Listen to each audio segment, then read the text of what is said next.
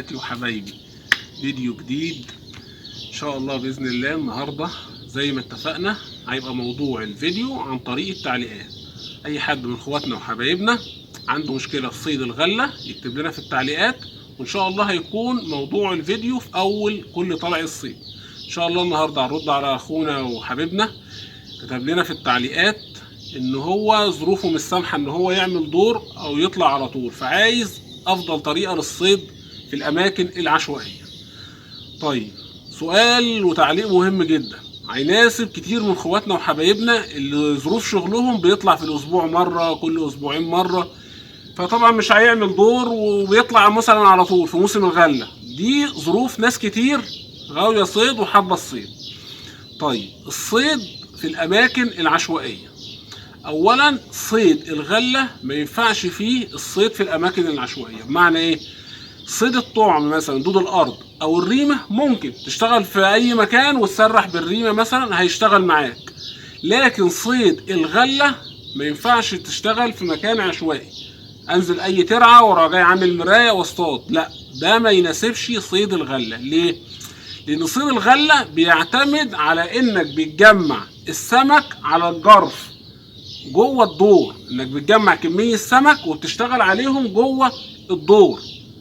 فحته مكان عشوائي في صيد الغله لا، غلط.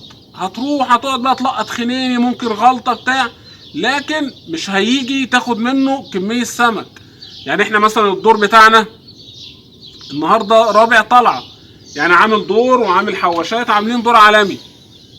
بقالنا 3 طلعات بنلقط ايه؟ بنلقط خنيني وكام سمكه عدله وانا عامل دور. فما بالك انت لو مش عامل دور خالص؟ لا، الدور بتاعنا ده باذن الله الايام اللي جايه، لا، ربنا هيكرم ان شاء الله، هتاخد من عليه خير. فانت طالع تصطاد، اصطاد صح. الدنيا تدور شويه، ممكن احنا بناخد الصباحه لحد الظهر ممكن تاخد لك 3 4 كيلو سمك، 5 كيلو، 6 كيلو، انت ورزقك. مش هتلاقي الكلام ده في دور عشوائي.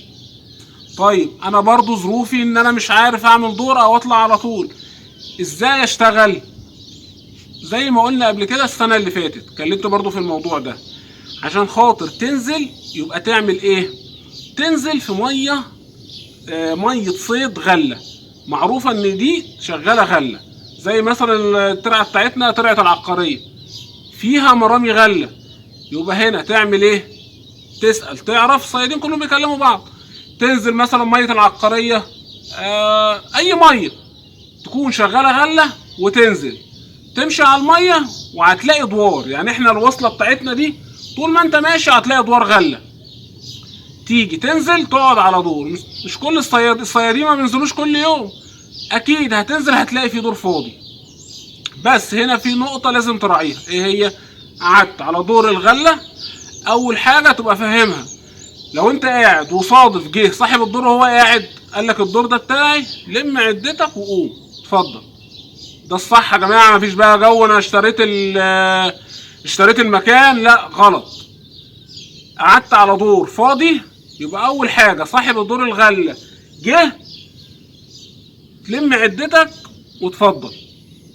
تاني حاجه برضو مهمه عشان ما تاذيش صاحب الدور، هتصطاد في دور غله بتاع حد، ما تصطادش غير بغله فقط، ولا تصطاد بصرصار، ولا تصطاد بدود سبله، ولا تصطاد بدود ارض، عشان حرام ما تبوظش الدور بتاع الناس. هتصطاد تنزل في دور غله، تصطاد بغله فقط لا غير، لا ضرر ولا ضرار. ده الصح في الصيد في الاماكن العشوائيه. ما تنزلش في اي مكان وتقول هصطاد غله، لا، هتقعد تلف وتتعب ومش هيبقى في حصيله. تشوف ميه تكون شغاله غله وتنزل على اي دور وتصطاد، بس تراعي النقطتين اللي انا قلت لك عليهم. وان شاء الله مكملين ان شاء الله. النهارده ربنا يكرمنا بسمكتين نصورهم في اخر الفيديو. وبرضو اي حد من اخواتنا وحبايبنا عنده مشكله في صيد الغله يكتب لي في التعليقات وباذن الله نرد عليه. السلام عليكم. ان شاء الله اول سمكه هتطلع معايا ان شاء الله بشرة خير. رابع طلعه دي باذن الله. شايف السمك تحت بدأ يكتر في الدور ان شاء الله. السمك يقرب من على المرايه طلع عنكب ونموته ضرب زي السنه اللي فاتت ان شاء الله. ان شاء الله. تاني حته دي سمكه الغله بإذن الله إن شاء الله خير. إن شاء الله الخنين المصلح وجماله أحلى نوع في أنواع البلطي الأكل الخنيني ده، ما شاء الله عليه، خنيني وجماله. ياه ما شاء الله سمك الغلة وجماله ما شاء الله.